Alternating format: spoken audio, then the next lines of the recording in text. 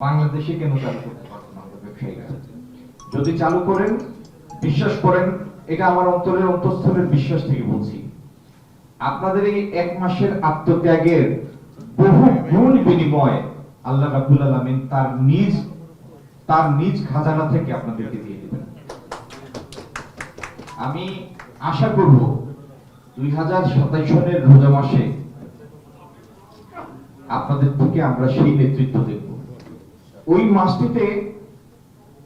ওই মাসটিতে আপনারা লাভের জন্য ব্যবসা করবেন না, ব্যবসা করবেন সওয়াবের আশায় ব্যবসা করবেন,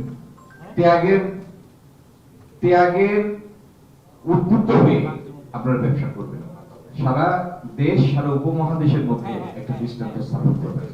আমার ব্যবসায়ী ভাইরা, আমি যে কথাগুলি বললাম, এটি সারা কি আগামী রোজা মাসে পাবো আপনাদের থেকে? সভাপতি কই?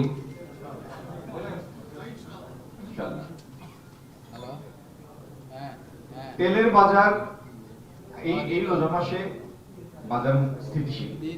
আমরা প্রথম দিন দুই একটা কৃষি পণ্য তার একটু পরিবর্তন দেখেছি, কিন্তু রোজার দ্বিতীয় বা তৃতীয় দিন থেকে, চতুর্থ দিন থেকে পরবর্তী সময় বাজার সম্পূর্ণ স্থিতিশীল ছিল।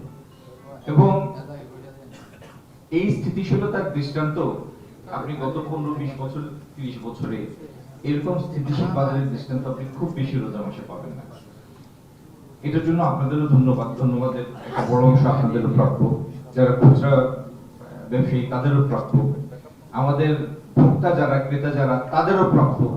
কোনো কারণে বিশেষ কোনো গুজবে কান দিয়ে তারা আতঙ্কিত হয়ে বাজারটাকে অস্থিতিশীল করার সুযোগ দেন নাই, সেটার জন্য তাদের ধন্যবাদ প্রাপ্য। কিন্তু তারপরেও এই কথাটা বলতে হয়, সয়াবিন তেল, ভোজ্য তেল